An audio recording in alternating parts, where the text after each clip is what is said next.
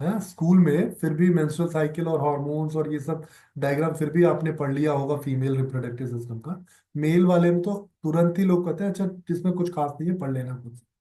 लेकिन male reproductive system जो है, ये बहुत जरूरी है एक मेल को समझना। एक मेल अपने मेल रिप्रोडक्टिव सिस्टम को अगर समझ ले, तो पूरे जीवन भर उसको कभी हार्ट अटैक नहीं आएगा, कभी उसको स्ट्रेस एंजाइटी नहीं होगी, कभी वो लोगों से झगड़ा नहीं करेगा, गुस्सा नहीं करेगा, कभी अपनी वाइफ को पीटेगा नहीं। तो जितने मेल्स अपनी वाइफ को टॉर्चर करते हैं, सबको मेल रिप्रोडक्टिव सिस्टम पढ़ना चाहिए। मतलब वैसे तो मैं ज्यादा नहीं जानता इन सब चीजों के बारे में, लेकिन एक कैटेगरी दी गई है अल्फा मेल की। तो ये जो कैटेगरी है बेसिकली, अगर इसको थोड़ा बेहतर तरीके से समझें, तो अच्छे टेस्टोस्टेरोन की निशानी है। जिस भी मेल में अच्छा टेस्टोस्टेरोन होगा, जैसे मैं अभी आपको बता रहा था कि फीमेल में अगर अच्छा ईस्ट्रोजन हो तो फीमेल क्या होगी, एक अच्छी माँ होगी, एक अच्छी बहन होगी, एक अच्छी पत्नी होगी, एक अच्छी बुआ होगी, एक अच्छी चाची होगी, एक अच्छी नानी या एक अच्छी दादी बनेगी। ठीक उसी तरीके से अगर एक मेल के पास अच्छा टेस्टोस्टेरोन है, तो वो हर मेल कैरेक्टर पे फिट बैठता है। फिर वो अच्छा दोस्त भी बन सकता है, अच्छा बेटा भी बन सकता है, अच्छा पति भी बन सकता है, अच्छा दादा भी बन सकता है। लेकिन वो तभी संभव होगा जब उसके हॉर्मोन्स बेहतर होंगे। तो अगर किसी मेल के हॉर्मोन्स अच्छे हैं तो वो कभी रेपिस्ट नहीं हो सकता, कभी वो किसी फीमेल को मोलेस्ट नहीं करेगा, टॉर्चर नहीं करेगा, पीटेगा नहीं या उसको बुरा भला नहीं कहेगा, क्योंकि उसको ये समझ होगी कि मेल और फीमेल दोनों एक ही गाड़ी के दो पहिए हैं। और ये समझ तब होगी जब उसके हॉर्मोन्स बेहतर होंगे। ठीक। तो आज हम शुरू करते हैं मेल रिप्रोडक्टिव सिस्टम की कहानी, कि परमात्मा ने मेल को जो रिप्रोडक्टिव सिस्टम दिया वो कैसा दिया, क्या करता है। तो कुछ ऐसा दिखने वाला रिप्रोडक्टिव सिस्टम मेल का होता है। एक मेल को अगर उसके दोनों पैरों के बीच से दो टुकड़े में काट दिया जाए, मतलब मेरे सर के बीच से ऐसे दो टुकड़े में काट दिया जाए, तो कुछ ऐसा स्ट्रक्चर दिखेगा मेल रिप्रोडक्टिव सिस्टम का। तो मेल मेल रिप्रोडक्टिव सिस्टम में पहले सारे ऑर्गन्स देख लेते हैं। वैसे तो मुझे लगता है सारे ऑर्गन सबको पता है, लेकिन फिर भी जानकारी के लिए देख लेते हैं कि कहीं अगर किसी को कुछ ना पता हो तो जो सबसे जरूरी ऑर्गन है वो होता है स्क्रोटम। ये एक ऐसा ऑर्गन है जो हमेशा इग्नोर किया जाता है। स्क्रोटम एक क्यूटेनियस बैग है। इसकी खासियत होती है टेस्टिकल्स को हेल्दी रखना। ये स्क्रोटम जो है ये एक तरह का बैग है, और इसकी खासियत है टेस्टिकल्स को हेल्दी रखना। तो ये स्क्रोटम जो है टेम्परेचर के अकॉर्डिंग अपना स्ट्रक्चर बदल लेता है। जब कभी मेल की बॉडी का टेम्परेचर बढ़ेगा, तो ये स्क्रोटल सैक क्या होगा, लूज हो जाएगा और टेस्टिकल्स बॉडी से दूर हो जाएंगे। और जब कभी मेल की बॉडी का टेम्परेचर कम होगा, तो क्या करेंगे, ये स्क्रोटल सैक सिकुड़ जाएगा और ये टेस्टिकल्स ऊपर पहुंच जाएंगे। ये इसकी सबसे बड़ी खासियत है। लेकिन एक एज के बाद टेस्टिकल्स का अच्छे से सिकुड़ना बहुत रेयर ही मेल्स एक्सपीरियंस कर पाते हैं। कारण है सही टेस्टिकुलर हार्मोन का ना बनना। ठीक। और दूसरा बड़ा कारण है मेल्स का सही अंडरवियर ना पहनना। अगर मेल्स सही तरीके के अंडरवियर्स न पहने, तो उनके स्क्रोटल सैक जो है वो खराब होने लगते हैं, कमजोर होने लगते हैं। सो अब सोचिए मेल्स के लिए कैसा अंडरवियर होना चाहिए था। कुछ लोग कहते हैं ये बहुत टाइट होना चाहिए, कुछ लोग कहते हैं ये बहुत लूज होना चाहिए। एक पहलवान को जब आप देखते हो तो वो क्या करता है, एकदम टाइट लंगोट बांधता है। वो क्या करता है कि अपने पेनिस को ऊपर से ऐसे स्क्रोटल सैक को कवर करता हुआ नीचे से ऐसे बांध लेता है। तो अब जब कोई पहलवान स्क्रोटल सैक को अच्छे से टाइटली बांध के और कुश्ती लड़ेगा तो उसकी बॉडी का टेम्परेचर बढ़ेगा। तो क्या होगा? आइडियली उसका स्क्रोटल सैक जो है वो टेम्परेचर रेगुलेशन के लिए ढीला हो जाएगा। तो इसलिए लंगोट बहुत टाइट नहीं बांधनी चाहिए।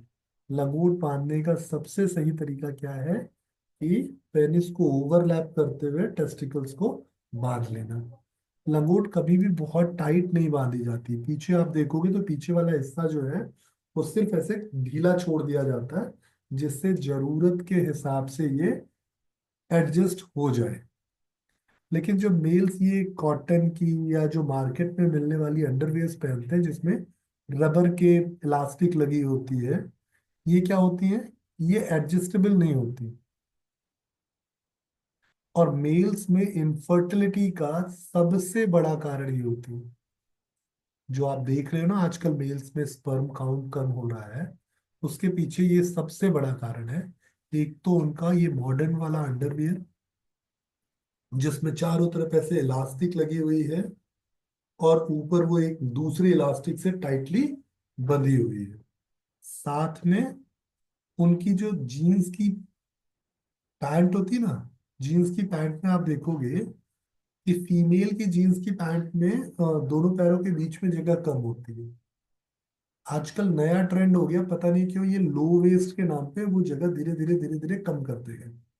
पहले अगर आप याद करो आज के 30 40 साल पहले, मतलब लोग बड़ी ढीली ढीली पैंटें पहना करते।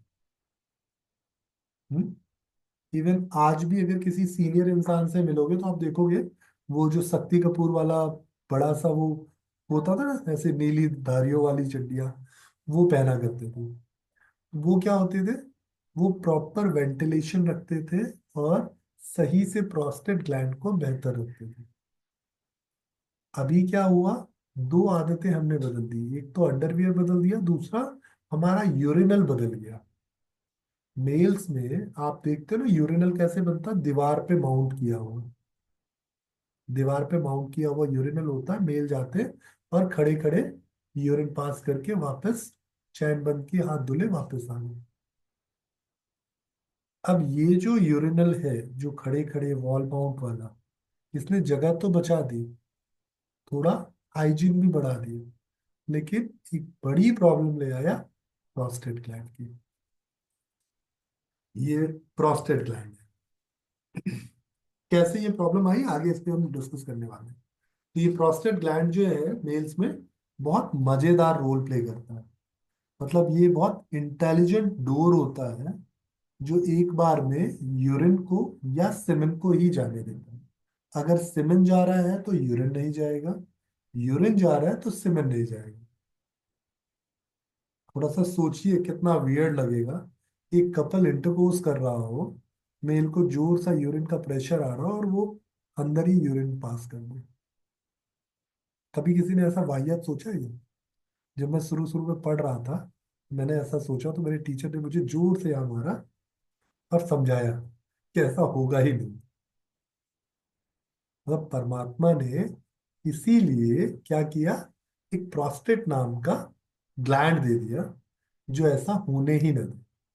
तो जिस समय मेल के पेनिस में इरेक्शन होगा उस समय उसको यूरिन पास करने के लिए सबसे पहले क्या करना होगा? अपनी सेमिनल वेसिकल को क्लोज करना होगा। सेमिनल वेसिकल क्या है? ये इजैकुलेटरी डक्ट जो आप देख रहे हो, ये एक रास्ता है जहां से सीमेन आता है। तो मेल में सीमेन और स्पर्म दो चीजें होती हैं और दोनों अलग अलग जगह बनती हैं, दोनों एक जगह नहीं बनती। तो अगर कोई मेल बोले कि उसको बहुत ज्यादा वॉल्यूम में सेमेन इजैकुलेट होता है इसलिए वो हेल्दी है, तो ऐसा बिल्कुल नहीं है। और अगर कोई मेल बोले कि मुझे बहुत थोड़ा सा सेमेन इजैकुलेट होता है इसलिए मैं बीमार हूं, तो ये भी सही नहीं। सेमेन बिल्कुल अलग चीज है, स्पर्म बिल्कुल अलग चीज है। सेमेन किस पे निर्भर करता है? कि कितना फ्रिक्वेंट ये इजैकुलेट किया जा रहा है और कितना अच्छा न्यूट्रिशन है, कितना अच्छा आपके पास फैट और प्रोटीन है। तो जिस इंसान के पास फैट और प्रोटीन कम होगा, उसके सीमेन का वॉल्यूम क्या हो जाएगा, थोड़ा हो जाएगा। और जिसके पास फैट और प्रोटीन अच्छा होगा, उसके सीमेन का वॉल्यूम बढ़ जाएगा। क्योंकि ये जो है सीमेन एक अलग ही प्रोसेस से बन रहा है।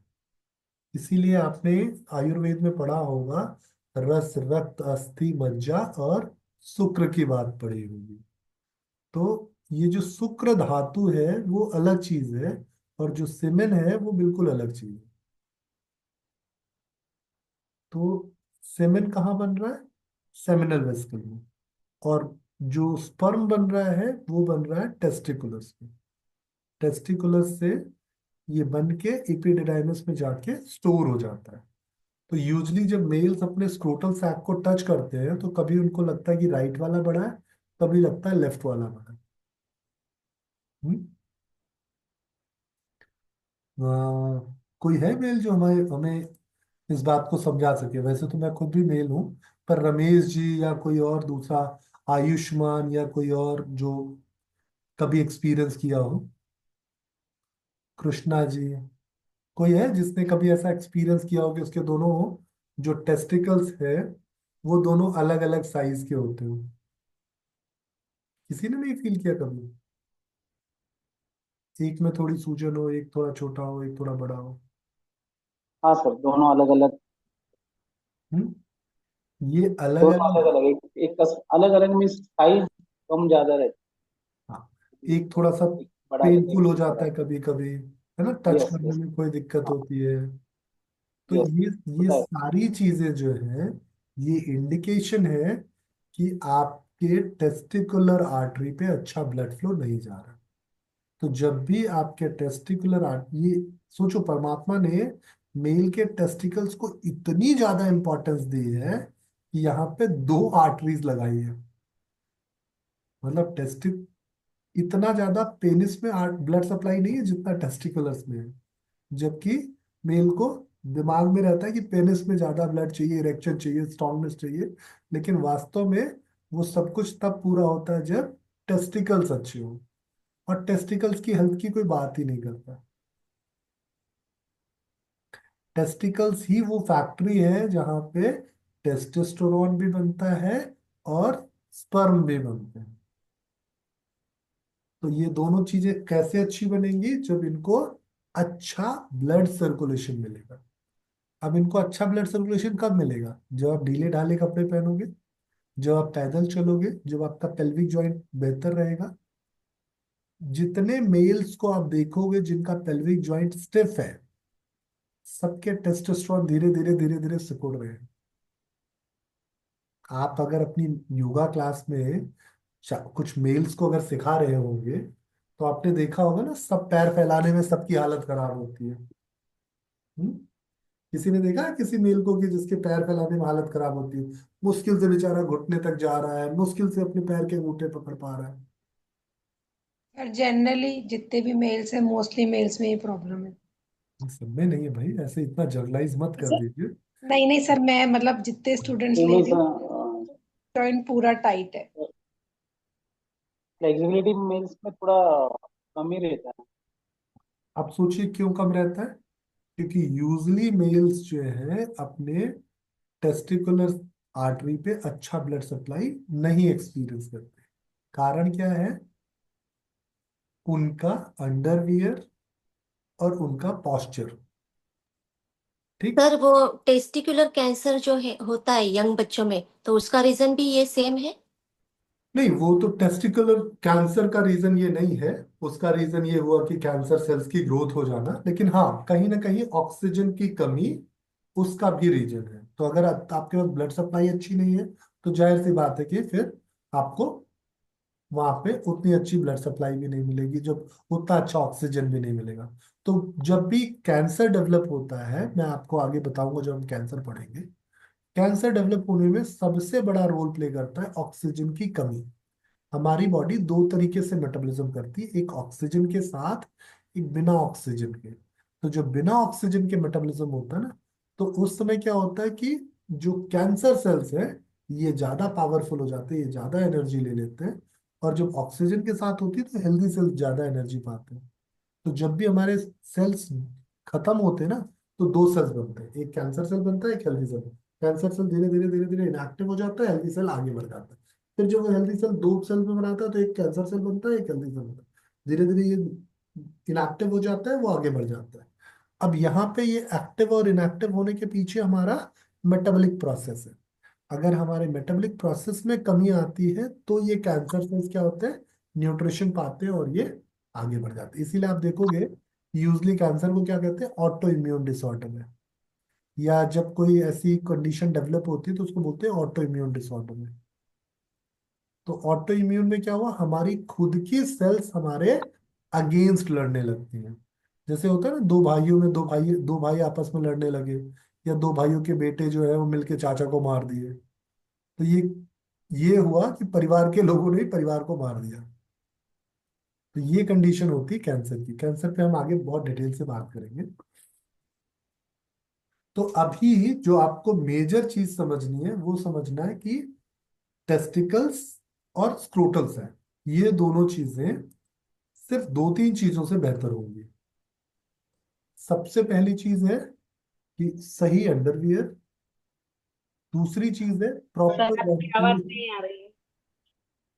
मेरी आवाज नहीं आ रही?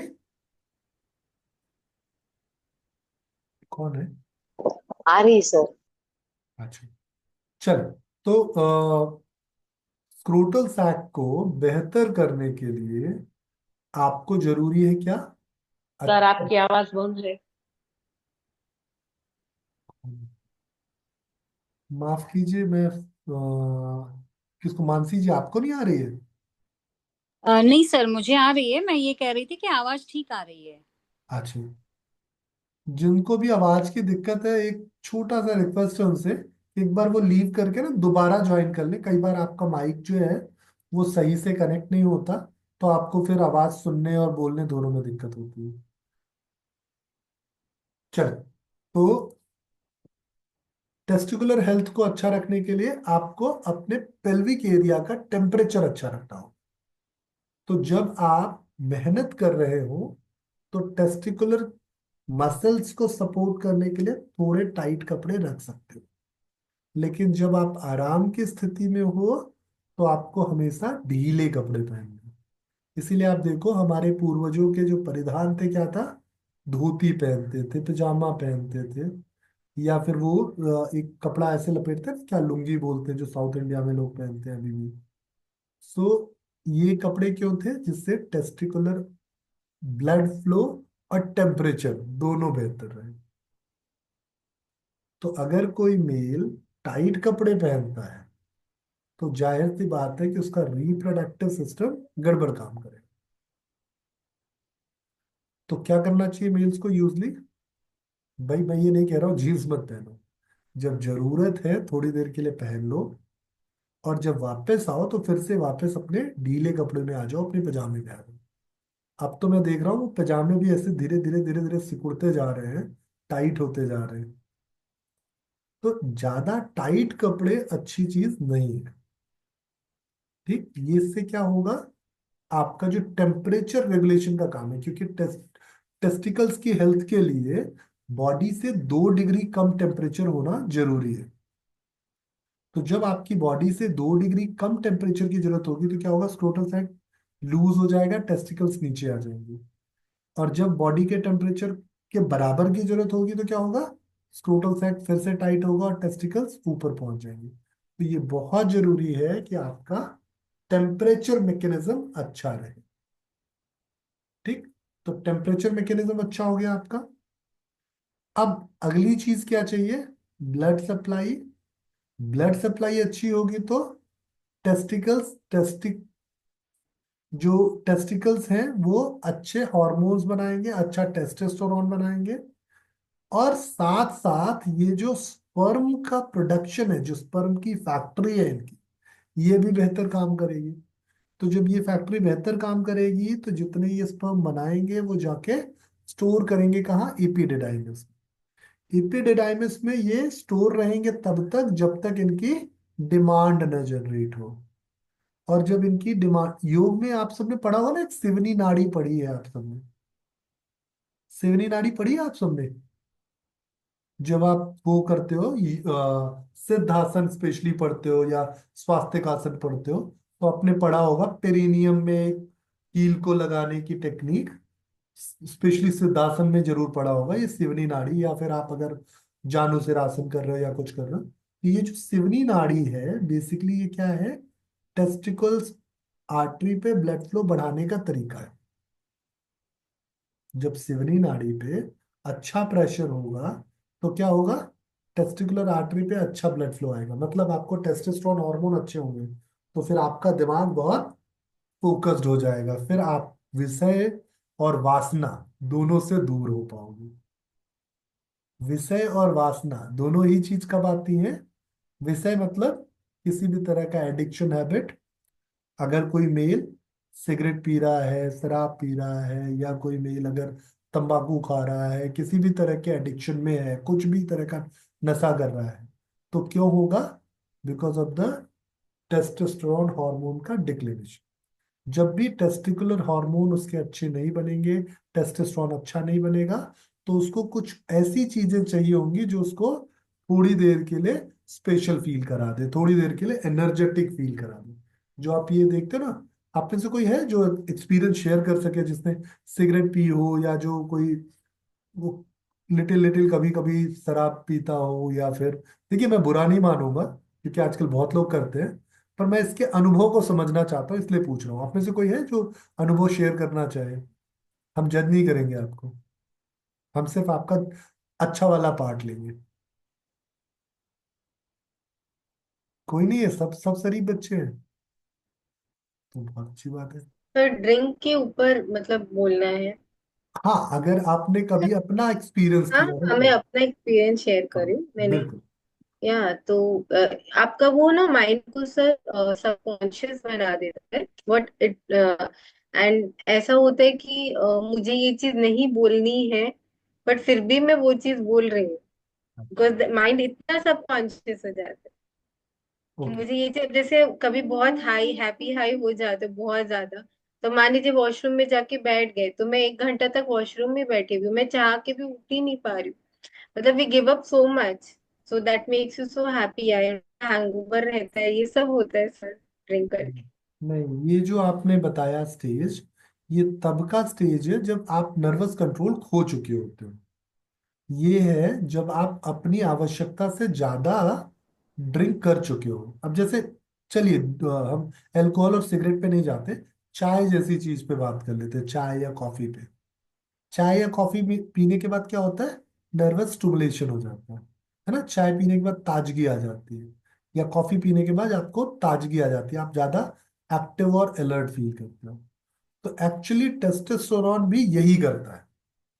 तो अगर किसी मेल में अच्छे टेस्टोस्टेरोन मिले बनेंगे, तो क्या होगा, वो मेल हमेशा एक्टिव एनर्जेटिक होगा। वैसे तो देखिए, मुझे नहीं मालूम कि अक्षय कुमार का टेस्टोस्टेरोन कैसा है, लेकिन अक्षय कुमार जैसा स्क्रीन पे एक्ट करता है ना, most of the time active energetic, है ना, कुछ करना हो दौड़ भाग के कर लेगा, यहाँ चढ़ना है वहां चढ़ना है, तो मतलब कोई भी मेल अच्छे टेस्टोस्टेरोन का अगर स्वामी है, तो उसको फिर ना आलस नहीं आएगा, उसको चेयर से उठ के ग्लास लेने में दिक्कत नहीं होगी, यार पानी ला दो पानी पिला दो, ऐसा नहीं बोलेगा वो आया ऑफिस से आने के बाद ऐसे सोफे पे निढाल नहीं हो जाएगा, उसके पास एनर्जी होगी, क्योंकि टेस्टोस्टेरोन एक्चुअली उसकी एनर्जी है।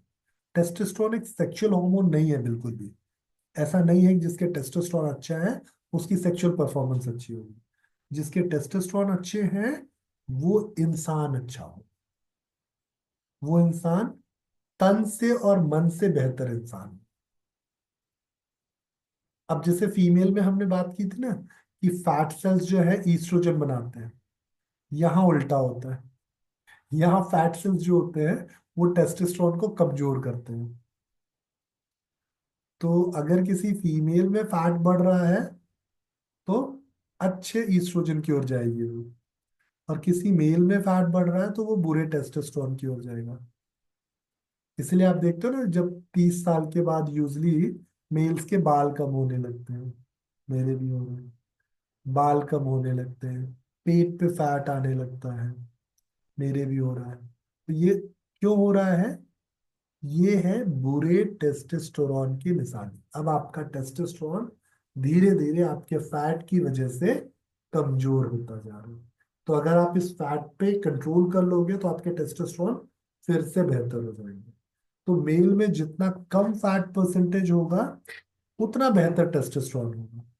लेकिन आपका फैट परसेंटेज कम है और साथ साथ आपका टेस्टिकुलर आर्टरी पे ब्लड फ्लो भी कम हो जाए तो आपके टेस्टोस्टेरोन कमजोर हो जाएंगे। फिर आप देखते हो ना जिम में जो कहा जाता है ना, जिम में जो लोग मेहनत करते हैं, जो एक्सरसाइज करते हैं या जो बॉडी बनाते हैं, देखने में तो बेचारे बड़े सुंदर लगते हैं, पर उनका टेस्टोस्टेरोन लेवल कॉम्प्रोमाइज्ड हो जाता है। क्यों कॉम्प्रोमाइज्ड होता है? बिकॉज वो ऐसे स्टिमुलेंट चीजें ज्यादा यूज करते हैं। तो नेचुरल एनर्जी जो स्टोरेज है उनका वो गड़बड़ हो जाता है। दूसरी चीज क्या होती है कि इसके पीछे एक बड़ा साइंस ये है कि जब भी वो पेल्विक फ्लोर की मसल्स को टोन टाइट ज्यादा कर देंगे तो ब्लड सर्कुलेशन गड़बड़ हो जाएगा। तो सिंपली यहाँ पे एक ही चीज जरूरी है, अच्छा ब्लड सर्कुलेशन। अच्छा ब्लड सर्कुलेशन कैसे होगा? सिर्फ और सिर्फ पैदल चलने से। तो जो मेल पैदल चलेगा उसकी टेस्टिकुलर आर्टरी पे अच्छा ब्लड होगा, और जो नहीं चलेगा उसकी टेस्टिकुलर आर्टरी पे ब्लड फ्लो कम होगा। तो अगर आप पैदल नहीं चलते तो फिर क्या करोगे? पेल्विक फ्लोर की स्ट्रेचिंग करोगे, है ना, आसन करोगे, तो भी अच्छा ब्लड सर्कुलेशन होगा। जैसे राज कपूर आसन कर लो, या फिर अगर आप अर्धचंद्रासन जैसा कोई आसन कर रहे हो तो डेफिनेटली आपका पेल्विक फ्लो अच्छा होगा। आप अगर उपविष्ट कोण आसन कर रहे हो, बद्ध कोण आसन कर रहे हो, या आप कुछ ऐसा कोई आसन कर रहे हो जिसमें आपका पेल्विक फ्लोर चौड़ा हो रहा है, चौड़ा हो रहा है तो खींचेगा, कंट्रैक्शन होगा, छोड़ते ही कैपिलर फ्लो बढ़ जाएगा। तो ये बहुत जरूरी है पेल्विक फ्लोर का अच्छा ब्लड सर्कुलेशन। तो हर मेल को पेल्विक कैविटी सॉफ्ट होनी चाहिए, हर मेल की पैरों की जो खुलने की चौड़ाई है वो आसान होनी चाहिए। ठीक। अब देखिए इसके ऊपर जो अगला ऑर्गन, मतलब ये जो इपिडिडाइमिस, यहाँ पे क्या हुआ? यहाँ पे स्पर्म स्टोर हो गए। यहाँ पे स्पर्म स्टोर होने के बाद अब वेट करते हैं कब बाहर निकलना। तो बाहर निकलने के लिए एक रास्ता होता है जिसको वॉस डिफेंस बोलते हैं। ये वास डिफेंस क्या करती है? किसी को काट के, ये जो फैमिली प्लानिंग वाली सर्जरी होती है ना, वासेक्टॉमी बोलते हैं इसको, तो उसमें क्या करते हैं, ये यहाँ से काट के और इधर उधर सीज कर देते हैं, तो स्पर्म बनते तो हैं लेकिन वो सीमेन में मिल नहीं पाते। तो मेल जब भी फैमिली प्लानिंग सर्जरी कराते हैं तो ये वास डिफेंस जो है इसको काट दिया जाता है। और इसको काटने के बाद क्या होता है कि उनका स्पर्म बन के ऊपर जाके सीमेन में नहीं मिल पाता। तो यहाँ से स्पर्म निकले वास डिफरेंस के थ्रू, और इधर सेमिनल वेसिकल जो है जो सीमेन बनाता है उसमें जाके इसको मिला देते हैं। तो फिर ये दोनों चीजें जो है, सेमिनल वेसिकल से सीमेन और स्पर्म दोनों मिलके कहाँ पहुंचता है? इजैकुलेटरी डक्ट के थ्रू यूरेथ्रा वाले पैसेज। इस सबको संभालने के लिए जो ग्लैंड काम कर रहा है वो काम कर रहा है प्रोस्टेट।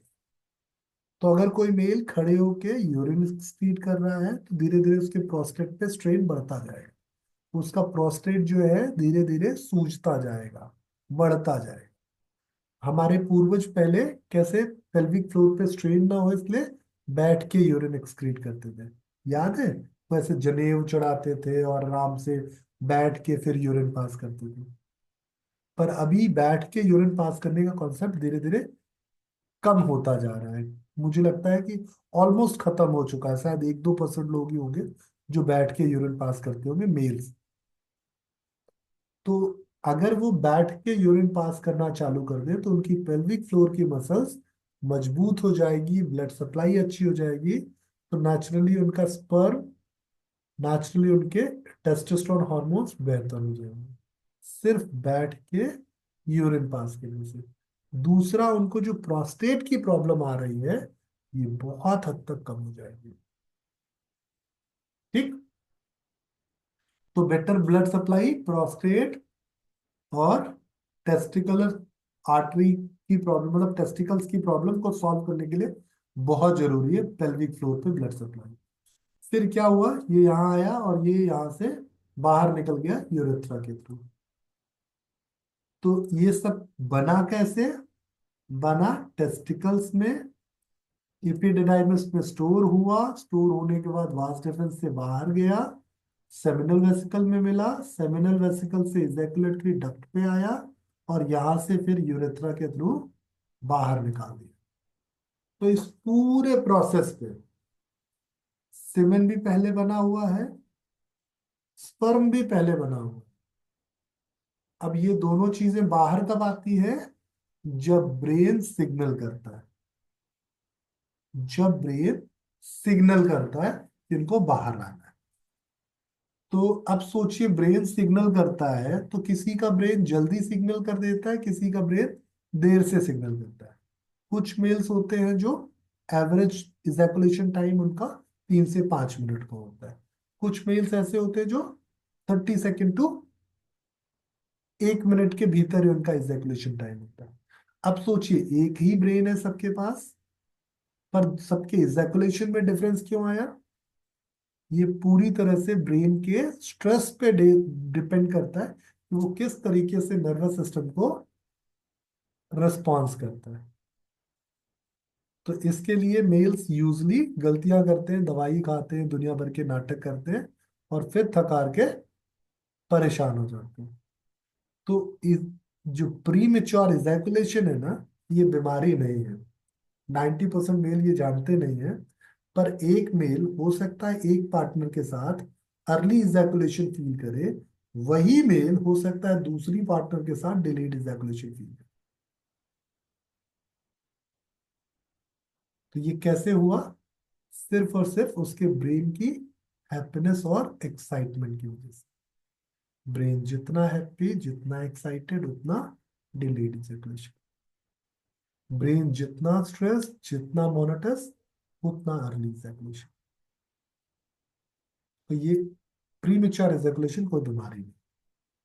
इसी तरीके से इरेक्टाइल डिसफंक्शन भी कुछ हद तक बीमारी है, पर हर टाइम बीमारी नहीं। तो ये हमने मेल रिप्रोडक्टिव सिस्टम को देखा, समझा। इसमें से कहीं कोई चीज आपको ऐसी लग रही हो जो आपको ना समझ में आई हो? जैसे सामने की ओर आप देख रहे हो, ये ब्लैडर है, प्यूबिक बोन के ठीक पीछे अगर आप आते हो, इधर पीछे की तरफ आप देख रहे हो, तो ये रेक्टम है। सो कुछ भी इसमें कंफ्यूजन दिख रहा है आपको? कुछ भी ऐसा लग रहा है जो ना समझ में आया हो? ठीक, इजैकुलेशन जो है वो बेस्ड होता है नर्वस सिस्टम पे, और इरेक्शन बेस्ड होता है ब्लड सर्कुलेशन। तो अगर प्रॉपर ब्लड सर्कुलेशन है तो इरेक्शन अच्छा होगा, और अगर स्ट्रेस कम है तो इजैकुलेशन अच्छा होगा। ठीक है, सर, बोले। जैसे आपने अभी बताया कि मेन को पैर स्प्रेड करके बैठने में थोड़ी दिक्कत आती है, तो जो भी रीजंस अभी हमने ये बताए, तो क्या यही एक रीजन है, या कि जैसे आजकल हम चेयर्स पे बैठते हैं तो पोजीशन वैसी होती है तो मसल स्टिफनेस भी हो जा है, तो वो मसल स्टिफनेस ही तो है, मसल स्टिफनेस आती है because of the poor blood circulation. जब आपके सेल्स में न्यूट्रिशन कम होगा तो क्या होंगी, सेल्स नेचुरली अपनी इलास्टिसिटी कम कर देंगे, मसल फाइबर्स की इलास्टिसिटी कम हो जाएगी। अब जब छोटा बच्चा होता है, देखो कितने आराम से उसके पैर खुलते हैं, कितना फैलाता है वो पैर। धीरे धीरे जैसे जैसे वो बड़ा होता जाता है, वो बैठता है, चलता कम है, तो पेल्विक फ्लोर स्टिफ हो जाता है। तो बैठना और कम चलना पेल्विक फ्लोर को स्टिफ करने का बड़ा कारण है।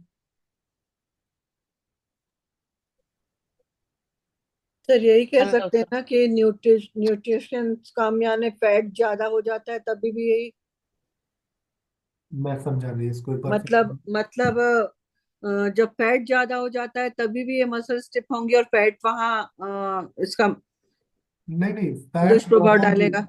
फैट ज्यादा होगा तो टेस्टोस्टेरोन बनना कम। तो जिस भी इंसान को फैट ज्यादा होगा नेचुरली वो इंसान आलसी हो जाएगा। टेस्टोस्टेरोन क्या करता है, उसको एक्टिव बनाता है। फैट जमना मतलब पुअर मेटाबॉलिज्म होना। जिस इंसान के पास 5 लाख रुपए की एफडी हो, उस इंसान को हॉस्पिटलाइज होते वक्त सिर्फ ये लगेगा कि अच्छा डॉक्टर मिल जाए, ढंग से इलाज हो जाए।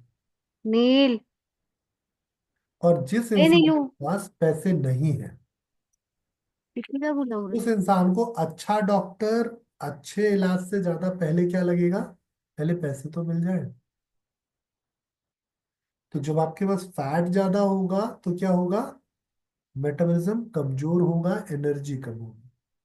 तो जब एनर्जी कम होगी तो टेस्टोस्टेरोन बनेगा कम। ठीक। और अगर फैट नहीं नमस है न, तो आप मेहनत करोगे, टेस्टोस्टेरोन बनेगी अच्छे। जी दिव्या जी। हाँ, नमस्ते सर। नमस्कार दिव्या आ, मुझे मुझे ये पूछना था जी। कि मेरे क्लास में एक आते हैं, जेंट्स आते हैं, मेल आते हैं। तो वो जिम भी करते हैं और योग भी करते हैं।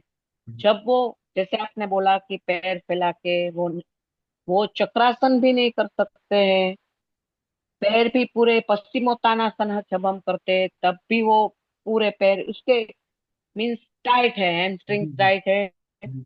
और स्पाइन भी टाइट है। तो क्या करें? बहुत सिंपल है। उनको पहले पवन मुख सीरीज की एक्सरसाइज 45 दिन तक कराइए, देखिए अंतर आए। पवन मुख सीरीज 1 2 3 45 डेज हाँ, पहले कराइए, देखिए अंतर आ जाएगा। ठीक सर है। आज सर मैं शेयर करना चाहती हूँ सेम चीज, मेरे भी क्लाइंट को यही प्रॉब्लम है। मैंने उनको पवन सीरीज स्टार्ट किया, आप सोचो वो बीच में ही ना सब छोड़ छाड़ के भागे, करे बस मुझसे नहीं हो रहा, बहुत हो गया। नहीं हो रहा मतलब वो इंसान नहीं बदलना चाहता ना, नहीं हो रहा वो तो अलग बात है। बस यही यही होता है सर, यही होता है जब हम उसको एक करवाते हैं कि ये आप करो तो आपका सब हेमस्ट्रिंग वगैरह फ्लेक्सिबल होगा। तो उसको कुछ नया नया ही करना है बस। नहीं नहीं, देखिए ऐसा नहीं है मोना जी, देखिए मैं सच्ची बता रहा हूँ। मैं कंसल्टेशन फॉर्मेट पे काम करता हूँ, वही मैं आपको भी सिखाऊंगा। मैं भारत के अलग अलग शहरों से लोगों का इलाज कर रहा हूँ। मैं एक सेशन ऑनलाइन उनको रिकॉर्ड करके देता हूँ, कम से कम 15 दिन तो वो रिपीट करना ही करना है। अगले 15 दिन बाद ही कहीं दूसरा अपॉइंटमेंट उनको मिलेगा। ठीक। और ऐसा भी नहीं है कि मैं उनसे कम पैसे ले रहा हूँ। जितने पैसे आप महीने भर के लिए लेते हो, शायद उतने पैसे मैं उनसे एक बार के सेशन के लिए लेता हूँ। और किसी को भी 45 50 मिनट से ज्यादा का बड़ा वीडियो देता भी नहीं। 40 45 मिनट का वीडियो बहुत है। अगर देखना चाहो तो मैं एक आध वीडियो आपको दिखा भी सकता हूँ, जो मैं लोगों के लिए रिकॉर्ड करता हूँ। और वही वीडियो रोज देख के वो रोज मेहनत करते हैं, तब जाके उनके रिपोर्ट्स में अंतर आता है। तब वो मुझे थैंक यू भी बोलते हैं और पैसे भी देते हैं। और आप कह रहे हो कि लोग अलग अलग मांगते हैं। अलग अलग तब मांगते हैं जब वो मजे के लिए कर रहे हैं। आप तो मजे के लिए नहीं बैठे हो ना। सर उनका वो इतना टाइट है ना, मतलब मेरे पास दो मेल आते हैं, दोनों का इतना टाइट है कि उनकी जान निकल जाती है तो वो गिव अप कर लेते नहीं तो एक बात बताइए, गिव अप क्यों करना? अगर सिस्टमेटिक तरीके से आप जाओगे, आप पवन मुख सीरीज 1 2 3 देखो। ठीक। 1 2 3 देखोगे तो आपको 100% कॉन्फिडेंस आ जाएगा कि किसी के भी पेल्विक फ्लोर को आप सॉफ्ट कर ले जाओगे with in 3 month 90 days max है ना। उसमें वो बच्चा खिलाने वाली एक्सरसाइज, पैरों को खींचने वाली, सो ये सारी एक्सरसाइजेस क्या है, क्यों है? चक्की चलाना, वुड कटर पोज, इसीलिए ना पेल्विक फ्लोर अच्छा हो। आप लोग जो है ना, अभी असल में अभी हमारा टॉपिक नहीं आया ना योगा एज ए मेडिसिन। आप लोग एक्सरसाइज को सिर्फ एक्सरसाइज के नजरिए से या मसल्स के नजरिए से देखते। कभी आपने सोचा कि इस एक्सरसाइज को करने से क्या फायदा होता होगा या क्यों करना चाहिए? आप जब भी बोलोगे किसी को कि ये मसल्स मजबूत हो जाएगी, ये मसल, अरे भाई वो तो जिम वाला भी उसको बता रहा है कि यार तुम्हारी कॉर्डिसेप जितनी बेहतर होगी उतना तुम बेहतर लोगे शॉर्ट्स पहनने पर। हम्म? सो बेसिकली यहाँ क्वाड्रिसेप्स को दिखाना नहीं है, यहाँ उनमें अच्छी ब्लड सप्लाई पहुंचाना है। जब उनमें अच्छी ब्लड सप्लाई होगी तो बुढ़ापे पे नी सर्जरी नहीं करानी पड़ेगी। समझ रहे हो आप? तो पहली जरूरत क्या है कि आपके सेल्स जो है वो ज्यादा यंग और एक्टिव हो। और कोई भी ज्यादा यंग और एक्टिव तभी होगा जब उसको अच्छा खाना मिलेगा। तो इसलिए जो ये पवन बुक सीरीज है ना, इसको सब याद कर लीजिए। ये सबसे बेस्ट एक्सरसाइजेज है। जब आप मेरे साथ मैनेजमेंट सीखोगे तो आप देखोगे मैं सब जगह बोलूंगा कि पहले पवन बुक सीरीज करो। इतनी अच्छी चीज है। ये मैंने नोटिस कर ली थी। जी। तो सर पवन बुक मेरा क्वेश्चन था, जी। सर ना जैसे आपने बोला बच्चे भी स्ट्रेच इजीली कर लेते हैं, हम्म, तो ऐसा कुछ होता है कि हाइट वगैरह रुक जाती है? ऐसा बिल्कुल नहीं होता। आजकल जैसे बच्चे जिमनास्टिक वगैरह करा रहे हैं, हाँ। तो मतलब बोलते हैं कि अगर स्ट्रेच कराते हैं तो हाइट रुक जाती है, ऐसा नहीं नहीं, कुछ? ऐसा बिल्कुल नहीं है। हाइट के पीछे सिर्फ और सिर्फ दो चीजें रिस्पॉन्सिबल। सफिशिएंट प्रोटीन जो कि आपके सेल्स को रिपेयर में काम करेगा, और sufficient growth hormone. Shahrukh Khan देखो कितना छोटा है, उसका बेटा देखो कितना लंबा है। तो ग्रोथ हार्मोन के लिए क्या करना चाहिए सर? इंडोक्राइन सिस्टम अच्छा रखना चाहिए, ब्रेन बॉडी बैलेंस अच्छा करना चाहिए। हम आएंगे ना उस पर, पढ़ेंगे, हम प्रॉपर डिटेल पढ़ेंगे, निश्चिंत रहिए। जी सर, थैंक यू। एक एक ग्रोथ हार्मोन और तो दूसरा सर क्या सर? Protein protein. प्रोटीन। अच्छा। सर मैंने ना नमस् सब एक्सपीरियंस। बोल दीजिए, कोई भी एक बोल दीजिए। हिना आप ही सर बोल। महिमा सर मेरा क्वेश्चन था कि सर आपने जो बोला कि वो ट्यूब काट देते हैं फॉर स्पर्म वहां तक नहीं जाए, वैस्कोटॉमी कुछ हाँ, ऐसा बोला आपने? वासेक्टॉमी वासेक्टॉमी। ये ओ, फैमिली प्लानिंग ओके। का एक सर्जरी होती है छोटी सी। एक छोटा सा टाका लगाते हैं और उसको बाइंड कर देते हैं। जनरली जो नहीं मेल, तो सर मेरा क्वेश्चन उसमें है कि वो अगर स्पर्म निकलता है तो वो फिर जाता कहाँ है? कहीं नहीं जाता, वहीं बनता मतलब है, वो, खत्म हो जाता है। ओके, फिर मतलब वहीं पे उसका मतलब बनता है और फिर खत्म हो वो जाता है। इस, ओके, थैंक यू। जैसे सर फीमेल्स में भी तो ये होता है ना, फीमेल्स में ट्यूबेक्टॉमी करते हैं जब, तो उसके एग्स निकलते हैं और वो फैलोपियन ट्यूब में ही मर जाते हैं। सर मुझे पूछना था, आपने बताया कि सीमेन अलग रहता है और स्पर्म अलग रहता है, हाँ जी। तो सीमेन का क्या काम रहता है, वो क्या सीमेन करता सीमेन ही वो फ्लूइड है जिसकी वजह से स्पर्म को दौड़ने की ताकत मिलती है। है? अगर, अच्छा, वो फ्लूइड ही रहता है जिसकी वजह हाँ से स्पर्म ट्रैवल करता है हाँ, जैसे? अगर ये सीमेन ना हो तो फीमेल बॉडी में पहुंचने के बाद ये सारे स्पर्म मर जाए। अच्छा।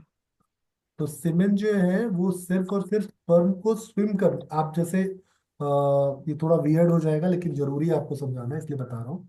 जब इंटरकोर्स के बाद आप अगर इजैकुलेशन अगर मेल ने फीमेल बॉडी पार्ट पे कर दिया, थोड़ी देर बाद आप अगर खड़े होगे तो आप देखोगे कि सारा म्यूकस जैसा बाहर आ जाएगा।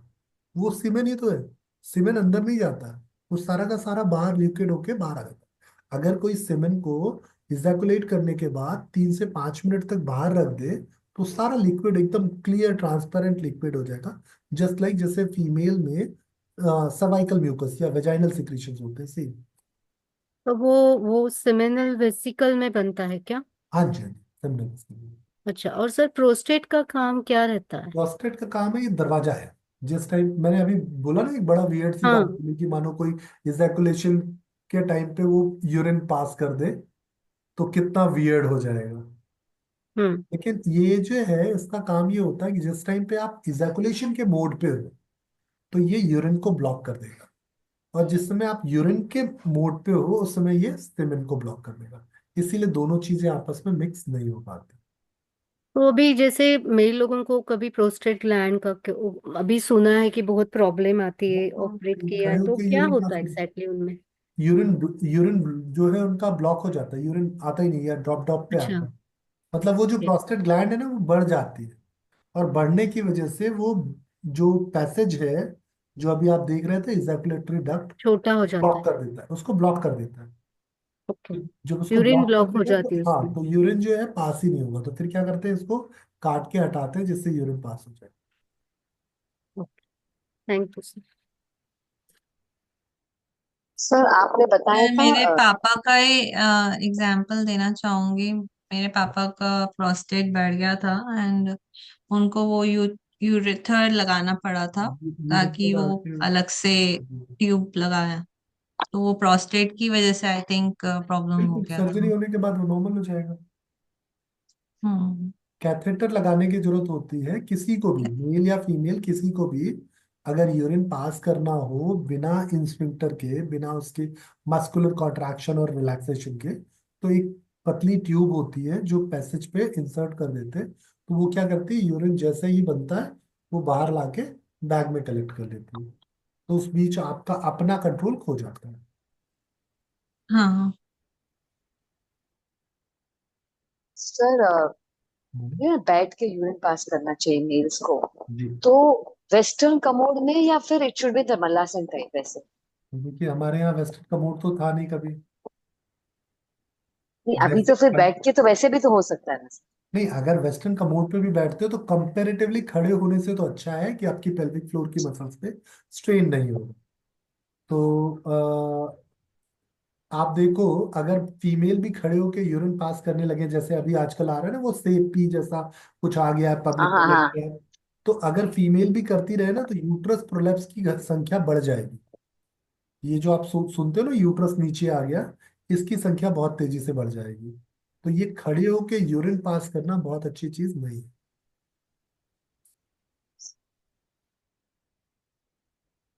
मलासन में बैठ सके तो बहुत अच्छा है। फिर वो कैसे बढ़ जाएगी? जैसे पेल्विक फ्लोर कमजोर हो जाएगा ना, जब पेल्विक फ्लोर कमजोर हो जाएगा तो यूट्रस नीचे कैसे आएगा।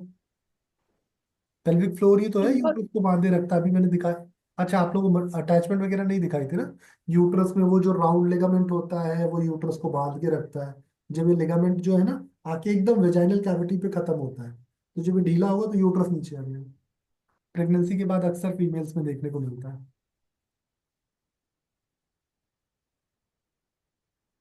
तो ये मेल्स के साथ भी बहुत फ्रीक्वेंट होता है। टेस्टिकल का और बॉडी के टेम्परेचर का एक कैलकुलेशन बता दीजिए ना कि वो 2 डिग्री का डिफरेंस अप्रॉक्स है। 2 डिग्री का, अगर बॉडी 37 पे है तो ठीक है, बॉडी का टेम्परेचर बढ़ा तो टेस्टिकल्स नीचे चले जाएंगे। मतलब आपका टेम्परेचर जैसे ही बढ़ेगा टेस्टिकल्स लूज हो जाएंगे, आपका टेम्परेचर जैसे ही कम होगा टेस्टिकल्स टाइट हो जाएंगे। तो तो ये नॉर्मल टेम्परेचर 37 रहना चाहिए, रहता ही है? 37 होता ही है। ओके। जब ये 37 में हम होते हैं तो ये टेस्टिकल्स एकदम नेचुरल शेप में होते हैं। जैसे ही हमारा टेम्परेचर बढ़ेगा ये नीचे आ जाएंगे, और हमारा टेम्परेचर कम होगा तो ये ऊपर चले जाएंगे। सर्दियों में अक्सर मेल से पूछो तो उनके टेस्टिकल्स एकदम चिपक से जाते हैं, छोटू से हो जाते हैं। ऐसा लगता ही नहीं कि इसके भीतर दो इतने बड़े बड़े वो स्क्रोटम्स हैं। लेकिन मतलब स्क्रोटम स्क्रोटम सैक ही पूरा वो सिकुड़ जाता है, और जैसे ही गर्मियां आती है ये लूज होके नीचे आ जाते हैं। और इसमें कई बार तो इसी प्रोसेस की वजह से पानी बढ़ जाता है, हाइड्रोसेल बोलते हैं।